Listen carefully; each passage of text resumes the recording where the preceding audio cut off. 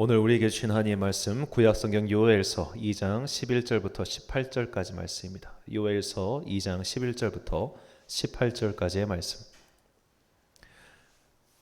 저와 함께 한 절씩 교독하시겠습니다. 여호와께서 그의 군대 앞에서 소리를 지르시고 그의 진영은 심히 크고 그의 명령을 행하는 자는 강하니 여호와의 날이 크고 심히 두렵도다. 당할 자가 누구이랴?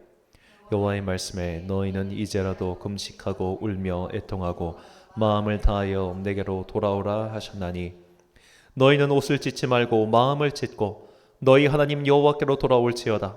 그는 은혜로우시며 자비로우시며 노하기를 더디하시며 인애가 크시사 뜻을 돌이켜 재앙을 내리지 아니하시나니 혹시 마음과 뜻을 돌이키시고 그 뒤에 복을 내리사 너희 하나님 여호와께 소제와 전제를 드리게 하지 아니하실는지 누가 알겠느냐?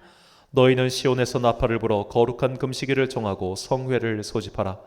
백성을 모아 그 모임을 거룩하게 하고 장로들을 모으며 어린이와 젖 먹는 자를 모으며 신랑을 그 방에서 나오게 하며 신부도 그 신방에서 나오게 하고 여호와를 섬기는 제사장들은 낭실과 제단 사이에서 울며 이르기를 여호와여 주의 백성을 불쌍히 여기소서. 주의 기업을 욕되게 하여 나라들로 그들을 관할하지 못하게 하옵소서. 어찌하여 이방인으로 그들의 하나님이 어디 있느냐 말하게 하겠나이까 할지어다. 그때 여호와께서 자기의 땅을 극진히 사랑하시어 그의 백성을 불쌍히 여기실 것이라. 아멘. 당신은 기도할 수 있다라는 제목으로 하나님의 말씀 선포하겠습니다. 우리가 인생을 살아가는 동안 급박한 위기를 만나게 되면 누구나 다 기도하게 되어 있습니다. 이것은 믿는 사람이든 믿지 않는 사람이든 다 마찬가지죠. 심지어 하나님을 믿지 않는 사람들도 위기의 순간이 닥치면 오 마이 갓이라고 외치지 않습니까? 신이시여, 심지어 옛날 드라마 제목처럼 하늘이시여. 자, 이런 식으로 우리가 인생의 위기를 만났을 때 혹은 내 힘으로 어찌할 수 없는 문제를 만났을 때 우리는 다 기도합니다. 그런데 보통 그렇게 위기를 만났을 때 하는 기도는 일종의 외통수와 같은 기도예요. 즉 내가 원하는 기도의 응답이 정해져 있어요. 그래서 이 문제 이렇게 해결해 주세요. A라는 문제를 A라고 해결해 주세요. 답을 다 정해놓고 그때부터 하나님께 때를 쓰기 시작하는 겁니다.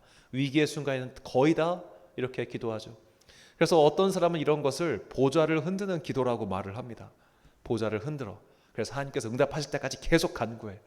그런데 만약에 우리가 입장을 바꿔서 아이가 엄마한테 찾아와서 때를 써요. 엄마 나 이거 소원 들어줘. 소원 들어줘. 소원 들어줘. 계속해서 엄마를 귀찮게 하고 잡아 끌고 흔들면은 엄마가 어떻게 하겠습니까? 한 대 때리겠죠. 아니면 소원을 안 들어주겠죠. 자, 우리가 아무리 보좌를 흔들던 금식을 하던 말던 간에 안 들어주실 기도는 안 들어주세요. 그런데 우리는 이것을 잊고 하나님께 때를 쓰다가 하나님이 그 응답을 안 해주시면, 즉 내가 A라는 기도를 드렸는데 이거에 대한 정답은 A야. 그러니까 하나님은 A를 해주셔야 돼. 그런데 이거에 대해서 A라는 대답이 오지 않으면 우리는 실망합니다.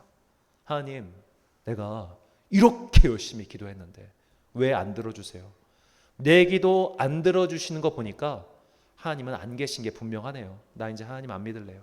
그러고 돌아서는 사람들이 의외로 많습니다. 자, 이것은 마치 아까 비유로 말씀드린 것처럼 부모한테 막 때를 쓰던 아이가 부모가 소망을 안 들어주니까 부모한테 휙 돌아서 가지고 엄마는 이제 내 엄마 아니야. 내 소망 안 들어주니까. 아빠는 이제 내 아빠 아니야. 그런 아이가 있다고 가정해 보자고요. 그게 부모 자식 사이에 일어날 수 있는 일이겠습니까? 그러면 그 아이는 좀 문제가 있는 아이겠죠. 우리가 하나님께 드리는 기도 또한 마찬가지입니다. 내 소망과 간구가 비록 그것이 아무리 절실한 기도라 할지라도 하나님은 그것에 대해서 응답하지 않으실 수 있어요. 그런데 우리는 정말 많은 순간 기도의 답을 정해놓고 그거대로 이루어달라고 기도할 때가 정말로 많다는 겁니다. 자, 이런 기도를 드리는 사람의 또 다른 특징이 있습니다. 자, 내가 A라는 기도를 드리면서 동시에 마음속에 어떤 생각이 있냐면, 하나님께서 만약에 이 문제를 해결해 주지 않으실 것을 대비해서 또 다른 E안, B안을 마련해 둔다는 거죠. 1순위, 제일 좋은 거, 그래 하나님이 이거 기도에 들어주시면 좋지. 자, 아주 극단적인 예를 들어 나에게 돈이 필요하다 칩시다. 혹은 내가 뭐 어떤 위기 상황이 닥쳐가지고 이거를 어떻게 해결을 해야 되는 순간이 왔을 때 우린 보통 다 기도할 거예요. 하나님 도와주세요, 살려주세요, 이번만 기회를 주세요. 기도했는데 동시에 우리 머릿속에서 뭐가 참 돌아가냐면 하나님이 이 기도에 응답하지 않으실 것을 대비해서 이안을 준비해 놓는다는 겁니다. 그 이안은 대부분 세상의 방식으로 이 문제를 해결할 것에 대한 답이에요. 마치 내 기도가 응답받지 않자 사울왕이 당장 그 무당을 찾아가서 방법을 구한 것과 마찬가지로 우리는 참 나쁘게 좋든 나쁘든 간에 머리 회전이 짜 빨라가지고 하나님께서 응답하지 않으실 것을 대비해서 내 나름대로의 살 길을 찾아 놓는다는 거죠. 하나님이 응답하지 않으셨어? 좋아. 그럼 나는 세상의 권력자를 찾아가서 이렇게 일을 해야지. 하나님이 이거 기도 안 들어줄 수도 있으니까 이것에 대비해서 나는 이런 보험도 들어놓고 이런 방식도 만들어 놓고 이것도 준비해야지. 이렇게 한단 말이에요. 이 행동 자체를 비난할 수는 없습니다. 왜냐하면 우리가 너무 터무니없는 것들, 즉 내 스스로 할 수 있는 것들을 하지 않고 하나님께 무작정 구하는 것은 사실 지혜로운 성도의 태도가 아니죠. 우리는 배짱이처럼 살다가 하나님 나 도와주세요 이게 아니라 개미처럼 지혜롭게 살다가 그 외에도 안 되는 것들을 하나님께 구해야죠. 그래서 우리가 잠언에 보면 현숙한 여인에 대한 비유에서 현숙한 여인은 주님께 기도하는 여인이 아니라 뭡니까? 집안에 살 길을 마련해 두는 사람이라는 거죠.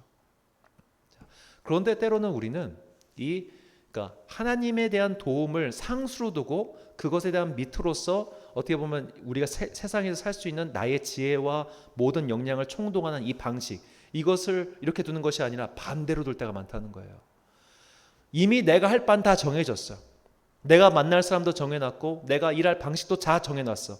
이렇게 한 다음에 하나님 도와주세요 라고 기도할 때가 굉장히 많다는 겁니다. 마치 이제 나고 무당 만날 거예요. 무당 만날 건데 만나지 않게끔 하나님 빨리 기도에 응답해 주세요. 이런 경우가 은근히 많다는 겁니다. 나 이제 재판장 찾아갈 거예요. 나 이제 정치인 찾아갈 거예요. 나 이제 사장님 찾아갈 거예요. 나 이제 내 동창 누구 권력 있는 사람 누구 찾아갈 건데 이 사람 통해서 이거 빨리 하게 해주세요. 이런 식으로 기도할 때가 굉장히 많다는 거죠. 이것은 사실 틀린 기도라고 볼 수 있겠습니다. 예수님께서는 사도 요한을 통해 이렇게 세상의 방식을 위에 둔 채로 하나님께 기도하는 사람들에 대해서 이렇게 경고를 하죠. 그런 사람들이 바로 라오디게아 교회 사람들이었습니다. 계시록 3장 15절부터 17절까지 말씀입니다.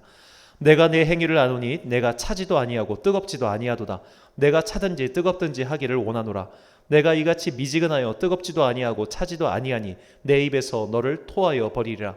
내가 말하기를 나는 부자라 부요하여 부족한 것이 없다 하나 내 곤고한 것과 가련한 것과 가난한 것과 눈먼 것과 벌거벗은 것은 알지 못하는도다. 아멘. 자, 이 라오디게아 교인들에게는 두 번째 안, 즉 세상의 방식으로 할 수 있는 것들이 넘쳐났어요. 돈이 많으니까. 세상에서 일어나는 99%의 문제는 사실 돈으로 해결할 수 있지 않습니까? 그러다 보니까 하나님께 드리는 기도는 이안이 돼버린 거예요. 자, 이것이 우리가 참 경계해야 할 모습입니다. 우리가 하나님을 가장 높은 순위에 둔 다음에 그 뒤에 내가 이 땅을 살아가면서 지혜롭게 부지런하게 사는 것이 이렇게 순서가 돼야 되는데 우리는 반대가 될 때가 많다는 거예요. 이 땅을 최대한 세상의 방식대로 지혜롭게 살아간 다음에 이 방식에 대해서 하나님 도와주세요 라고 기도할 때가 훨씬 많다는 겁니다. 이런 사람들은 뜨겁지도 않고 차갑지도 않은 사람들이죠. 그런 방식으로 살아가는 사람들은 솔직히 말해서 기도 열심히 하지 않습니다. 교회 생활은 그저 문화 생활이거나 혹은 사회적 교류를 위한 장애에 불과하죠. 정말 하나님께 급한 기도의 제목이 있는 사람들은 교회 와서 서로 떠들고 교제하고 이럴 틈이 없어요. 나 기도하기도 바빠 죽겠는데 저 사람이 새벽기도 나왔는지 제가 지금 설교 시간에 졸고 있는지 그런 거 안 들어와요. 마치 경주마처럼 앞만 보인다는 겁니다. 그것이 하나님께 대한 기도를 1순위로 올린 사람들이에요. 세상의 방식은 그 다음의 일이라는 겁니다. 자, 아주 극단적인 예를 들어서 나에게 어떤 질병이 있다고 가정해 봅시다. 그 질병에 대한 치유, 이 질병을 치유하시는 것은 하나님이야 라고 하는 것에 대한 확실한 믿음이 있는 사람들은 의사를 통해서 역사하실 하나님을 기대해요. 그런데 이것이 바뀐 사람들은 일단 좋은 의사를 찾아요. 좋은 병원을 찾기 바빠요. 그 다음에 좋은 병원과 좋은 의사의 손을 통해서 하나님이 역사하시길 바란다는 거예요. 이거 굉장히 어려운 문제지만 이 순서가 바뀌어야 된다는 것을 꼭 기억하시기 바랍니다. 자, 이렇게 순서가 바뀌어서 항상 하나님께 먼저 기도하고 동시에 세상, 그리고 그 다음에 세상의 방식, 어떻게 보면 지혜로운 방식, 부지런한 방식으로, 그러니까 나쁜 방식으로서의 세상의 방식이 아니라 좋은 의미에서 이런 현실적인 방식을 따라가는 것이 성도의 성숙한 태도라고 볼 수 있겠습니다. 그런데 오늘 본문은 아예 이 두 번째 안, 그러니까 세상의 방식으로 어떻게 해서는 살아날 수 없는 정말 절체절명의 순간에 너희는 기도해라 라고 가르치고 계십니다. 본문 12절부터 14절까지 말씀입니다. 여호와의 말씀에 너희는 이제라도 금식하고 울며 애통하고 마음을 다하여 내게로 돌아오라 하셨나니 너희는 옷을 찢지 말고 마음을 찢고 너희 하나님 여호와께로 돌아올지어다. 그는 은혜로우시며 자비로우시며 노하기를 더디하시며 인애가 크시사 뜻을 돌이켜 재앙을 내리지 아니하시나니 주께서 혹시 마음과 뜻을 돌이키시고 그 뒤에 복을 내리사 너희 하나님 여호와께 소제와 전제를 드리게 하지 아니하실는지 누가 알겠느냐. 아멘.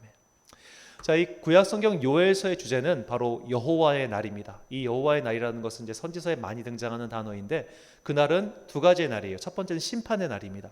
하나님께서 마침내 그 하나님을 믿지 않는 모든 이방 나라와 또 이스라엘 민족 가운데 하나님을 믿지 않는 자들을 심판하시는 날이에요. 둘째로 회복의 날입니다. 하나님께서 예루살렘을 이제 완전히 회복하신 날이에요. 자, 이 구약과 신약을 통틀어서 여호와의 날은 예수님을 통해서 응답되었습니다. 그러니까 예수님께서 오신 그날에 여호와의 날이 시작되었고 예수님께서 재림하시는 그날이 여호와의 날이 끝나는 날이죠. 정확히는 완성되는 날. 그래서 우리는 여호와의 날 가운데를 지금 살고 있다고 볼 수 있습니다.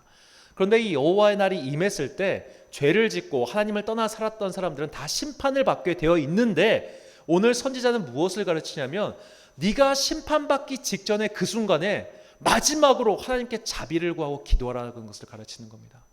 이것은 마치 내가 삶에서 그동안 이한, 즉 세상의 방식대로 살아왔어요.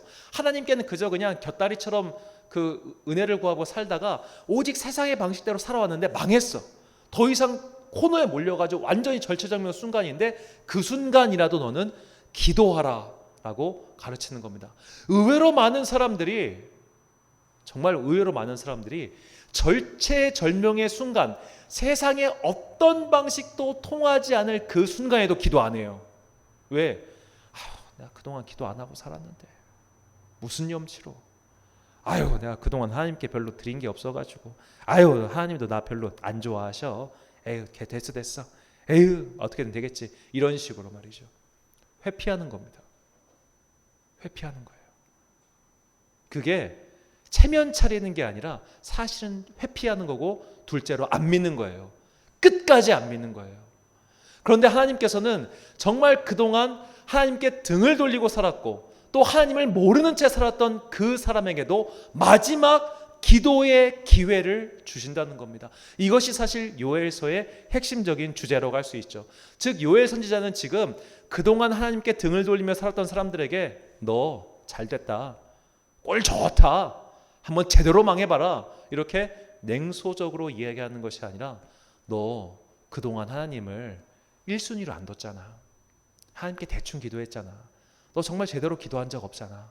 그러니까 이제라도 한번 하나님께 제대로 기도해봐. 금식하고 매달리고 어떻게든 통회하고 자복하고 매달려봐. 보좌를 흔드는 건 차치하고 보좌 밑에 나아가서 그분 발가락이라도 집어넣은 마음으로 마지막으로 기도해봐. 마지막 순간까지 기도하지 않는 교만한 자들을 향해 요엘 선지자는 안타까운 마음으로 하나님은 기회를 주시는 분이니 너 기도해봐 라고 오늘 우리에게 이야기하고 있는 것이죠. 이렇게 정말 평생을 하나님을 모르는 채 살았고 혹은 하나님을 등진 채 자기 욕망을 따라 살았지만 마지막 순간 기도해서 응답받은 사람이 구약성경에 2명 나옵니다. 첫 번째는 삼손입니다. 삼손, 우리가 알다시피 이 삼손의 인생은 참 안타까운 게 역사상 그만큼 하나님의 능력을 받은 사람이 없어요. 그만큼 개인이, 일개 개인에게 그건 정말 엄청난 용력의 사나이였죠. 근데 그 힘을 가지고 전부 자신의 욕망을 충족시키는 데 사용합니다. 그렇게 살다가 두 눈이 뽑혔어요. 자업자득입니다. 자업자득. 많은 사람들이 아마 심지어 믿는 사람들도 삼손을 비웃었을 거예요. 쟤 봐라, 쟤 봐라.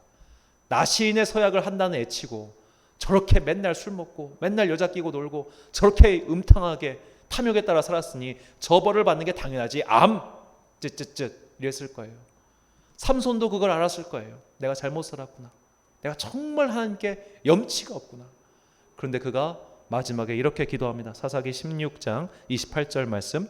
삼손이 여호와께 부르짖어 이르되 주 여호와여 구하옵나니 나를 생각하옵소서. 하나님이여 구하옵나니 이번만 나를 강하게 하사 나의 두 눈을 뺀 블레셋 사람에게 원수를 단번에 갚게 하옵소서 하고. 아멘. 자, 이 기도 응답되었습니다. 잘 보시면 삼손은 마지막까지도 내 원수를 생각해. 내 원수. 그러니까 삼손은 정말 마지막까지도 어떻게 보면 그 삼손이라고 하는 그 참 어떻게 보면 그 불쌍한 자를 못 벗어 던진 사람이에요. 그럼에도 불구하고 주님께서 그의 기도를 들어주셨다는 게 중요합니다. 마지막까지 마지막 그 순간에 매달리니까 들어주시잖아요. 그러니까 우리가 그동안 내가 어떻게 살았는지 우리는 몰라요. 그동안 내가 하나님을 등지고 살았을 수도 있어요. 그동안 내가 하나님께 제대로 충성하지 못했을 수도 있어요. 그런데 정말 삶의 코너에 몰려 있다면 마지막이라도 주님을 붙잡으라고 얘기하는 겁니다. 자, 두 번째 사람은 삼손보다 조금 더 심각한 바로 남유다의 왕이었던 므낫세입니다. 자, 므낫세의 아버지는 유다 역사상 아마도 가장 선한 임금이었던 히스기야 그의 아들이죠. 가장 선한 왕 밑에 가장 악한 왕이 나왔어요. 이게 참 역사의 아이러니인데 므낫세는 정말 정말 여태까지 했던 모든 사람들의 악의 총체라고 할 만큼 나쁜 짓을 저지릅니다. 그러니까 뭐 성경에 자세히 기록되어 있지 않지만 조금 과장해서 말한다면 왕으로서 저지를 수 있는 정말 하나님의 눈밖에 날 수 있는 모든 일을 한 사람이라고 말해도 과언이 아닐 겁니다. 자, 그랬던 그가 결국 아수르의 포로로 끌려가게 됩니다. 자, 그렇다면 우리가 이 사건을 봤을 때 하나님을 믿는 사람들 입장에서는 저 봐라. 죄를 저렇게 짓고 살았으니 벌을 받아야지. 죄를 저렇게 짓고 하나님께 온갖 악한 짓을 다 했으니 쟤는 벌을 받아야 마땅하지. 그렇게 아마 본인도 생각하지 않았을까요? 그는 그 감옥에서 하나님께 기도합니다. 역대하 33장 11절부터 13절까지 말씀입니다. 여호와께서 아수르 왕의 군대 지휘관들이 와서 치게 하심에 그들이 므낫세를 사로잡고 쇠사슬로 결박하여 바벨론으로 끌고 간지라. 그가 환난을 당하여 그의 하나님 여호와께 간구하고 그의 조상들의 하나님 앞에 크게 겸손하여 기도하였으므로 하나님이 그의 기도를 받으시며 그의 간구를 들으시사 그가 예루살렘에 돌아와서 다시 왕위에 앉게 하심에 므낫세가 그제서야 여호와께서 하나님이신 줄을 알았더라. 아멘. 자, 완전히 망해가지고 더 이상 솟아날 구멍이 없을 때 그는 기도했고 응답받았어요. 그가 지금까지 죄인으로 살았음에도 불구하고, 그것도 심각한 죄인으로 살았음에도 불구하고 하나님께서 자비를 베푸시어 그의 기도를 들어주셨다는 것, 이것이 굉장히 우리에게 주시는 하나님의 메시지입니다. 우리는 정말 마지막 그 절체절명의 순간에 기도해야 될 때 기도하지 않은 사람이 너무 많아요. 내가 죄를 많이 지어서, 내가 그동안 거룩하게 살지 못해서, 내가 기도할 자격이 없어서, 그런 식으로 핑계대고 도망치면서 기도 안 할 때가 정말 많다 이 말입니다. 그러나 정말로 마지막이라는 마음으로 하나님 제발 나 좀 살려주세요.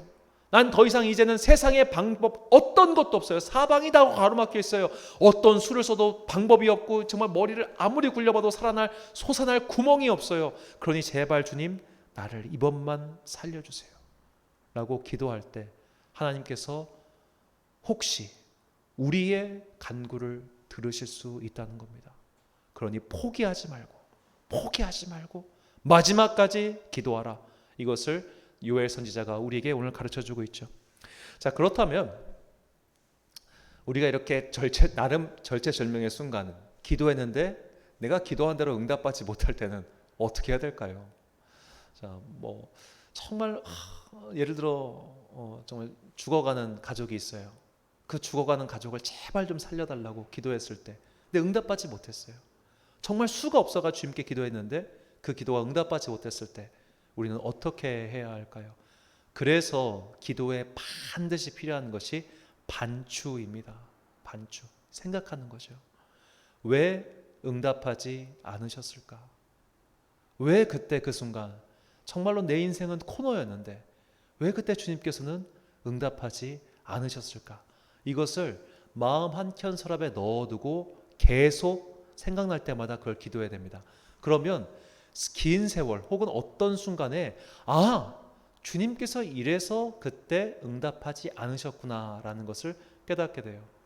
바울에게는 간절한 소망이 있었습니다. 그의 고질병을 치유하는 것이었습니다. 그가 그것을 가지고 3번 주님께 간구합니다. 바울이 3번 기도했다는 게 오늘 기도하고 내일 기도하고 모레 기도했다 이런 식의 3번 기도하는 게 아니었겠죠. 그는 정말로 그가 심지어 그는 서약하고 기도하기도 한 사람이니까 이 병 때문에 사역에 너무 방해가 되고 이 병 때문에 정말 많은 오해를 받고 이 병 때문에 너무 힘드니까 주님 제발 이 병 좀 낫게 해주세요. 내가 나를 위해서 낫게 해달라는 게 아니라 주님의 일을 하기 위해서 낫게 해달라는 거예요 라고 하면서 기간을 정해놓고 간절하게 3번을 기도했는데 그 기도 응답 못 받았습니다. 그래서 바울은 그 경험을 이렇게 이야기하죠. 고린도서 12장 8절과 9절 말씀. 이것이 내게서 떠나가게 하기 위하여 내가 3번 주께 간구하였더니 나에게 이르시기를 내가 내게 족하도다. 이는 내 능력이 약한 데서 온전하여짐이라 하신지라. 그러므로 도리어 크게 기뻐함으로 나의 여러 약한 것들에 대하여 자랑하리니 이는 그리스도의 능력이 내게 머물게 하려 함이라. 아멘.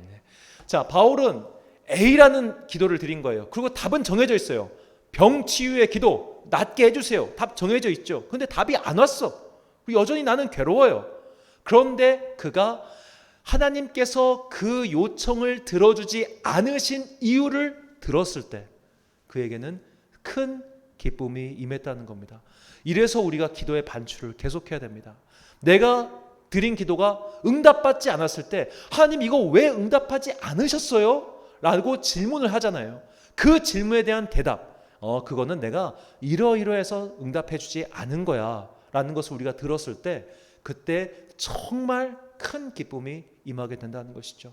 그러므로 우리는 첫 번째로 절체절명의 순간 내가 그동안 어떻게 살아왔는지 상관없어요. 내가 그동안 죄를 짓고 살았을 수도 있고 정말 주님을 떠나 살 수도 있었어요. 하지만 마지막 순간 정말 주님밖에 희망이 없다고 하는 그 순간 주님께 간구해 보십시오. 혹시 주님께서 그 간구를 들으시사 우리를 그 위기에서 건져내 줄 수 있기 때문입니다. 그보다 중요한 두 번째, 그럼에도 불구하고 응답받지 않았을 때 우리가 그 기도한 것을 계속 서랍장에 넣어두고 계속 꺼내보면서 왜 응답하지 않으셨지? 왜 응답하지 않으셨지? 생각하고 또 그것에 대해 기도하다 보면 그 질문에 대해 주님께서 대답해 주십니다. 그때 우리에게 정말로 큰 기쁨이 임하게 되는 것이죠. 이처럼 기도는 궁극적으로 내 소망이 성취되는 것이 기도의 목적이 아니라 기도를 통해서 하나님의 음성, 하나님의 대답을 듣고 더 나아가 하나님의 마음을 깨닫게 되는 것이 우리가 드리는 모든 기도의 궁극적인 목적입니다. 그리고 그 마음을 우리에게 깨닫게 해주신 분이 바로 성령님이시죠. 그래서 요엘 선지자는 우리에게 이 성령님의 임재를 이렇게 말하고 있습니다. 2장 28장과 29절 말씀. 그 후에 내가 내 영을 만민에게 부어주리니 너희 자녀들이 장래일을 말할 것이며 너희 늙은이는 꿈을 꾸며 너희 젊은이는 이상을 볼 것이며 그때 내가 또 내 영을 남종과 여종에게 부어줄 것이며 아멘. 하나님의 영이 우리 가운데 임하면 내 기도의 제목이 성취되든 성취되지 않든 우리는 하나님의 마음을 깨닫게 될 것이고 그러니까 들어줬든 들어주지 않든 그를 통해 기뻐하고 감사하게 될 것입니다. 그러므로 모든 성도의 가장 기본적이고 또한 기도의 완성과 같은 기도의 요청은 성령이여 우리 가운데 임하소서예요. 이것이 정말 우리가 끝까지 기도해야 할 제목입니다. 이처럼 우리는 너무나 감사하게도 기도가 성취가 돼도 감사, 성취가 되지 않아도 감사할 수 있어요. 바로 우리가 성령 안에서 하나님의 마음을 깨달을 때 말입니다. 그래서 사도 바울은 우리에게 이렇게 가르칩니다. 데살로니가전서 5장 16절부터 18절까지 말씀 함께 읽겠습니다. 시작. 항상 기뻐하라. 쉬지 말고 기도하라. 범사에 감사하라. 이것이 그리스도 예수 안에서 너희를 향하신 하나님의 뜻이니라. 아멘. 사랑하는 천안 광성교회 성도 여러분, 그리고 이 시간 함께 기도하고 계신 귀한 주님의 자녀 여러분, 항상 기뻐하십시오. 하나님께서 우리에게 마지막까지 기도의 기회를 주시기 때문입니다. 쉬지 말고 기도하십시오. 우리는 기도의 제목이 이루어질 때까지 기도하는 것이 아니라 우리에 대한 하나님의 마음과 뜻을 깨닫기 위해 언제나 기도해야 합니다. 그리고 범사에 감사하십시오. 요청한 기도 그대로 응답받는다면 무엇보다 감사할 일이며, 그 기도의 요청대로 이루어지지 않는다 할지라도 선하신 하나님께서는 우리를 더욱 온전케 하시기 위하여 그것을 거부하신 것이기 때문입니다. 우리에게 마지막의 마지막까지도 기회를 주신 하나님의 자비를 깨닫고 기도를 멈추지 말고 반드시 하나님께 그분의 대답을 듣는 성도들 되시길 간절히 축원합니다. 함께 찬양 부르신 후에 기도하겠습니다.